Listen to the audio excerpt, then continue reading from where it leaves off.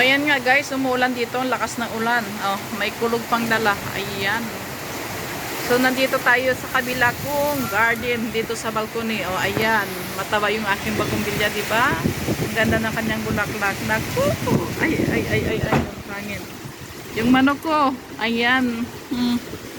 Uuulanan. Sandali at aking tatabunan. Nababasa sila. Ayan. Naligo muna kayo sa ulan. So dito naman yung kabila kong garden guys. Ayan. So ayan yung aking ampalaya. May bunga siya. Ayun o, nakikita nyo yun, may bunga. Native yan siya, hindi siya masyadong malaki, maliit lang siya.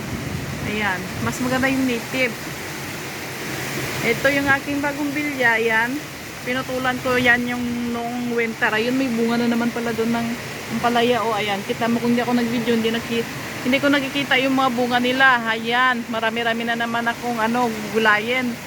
Ginulay ko ito nung last May 19, kinuhunan ko na yan ng bunga. Ayan, mayroon na naman akong gugulayin. Hindi yan siya malaki kasi native siya guys. Hindi siya masyadong mahaba.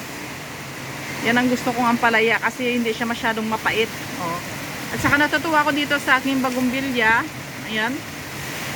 Kasi masipag yung mamulaklak basta mataba lang ang kanyang puno. So ang aking fertilizer dyan ay mga organic, yung mga pinagbalatan ko ng sibuyas. Ayan, mga mabilis madurog na mga ma-decompose na mga balat-balat. So, tapos syempre may manok ako, yung ng manok din, yung ibak ng manok, ayan, nilalagay ko dyan. Oh, ayan, pang fertilizer. Yan ang purpose ko, bakit ako bumili ng manok, kasi libre fertilizer na rin. Ayan, so thanks for watching guys. Ito lang, ang lakas ng ulan. Kaninang sobrang init. So yung dragon fruits ko, ayan, may dragon fruits ako. Doon sa kabila may dragon fruits din ako sa kabila kong medyo maliit itong aming balcony dito, ayan. Ganito lang ang kanyang size. Oh, ayan, maliit lang siya.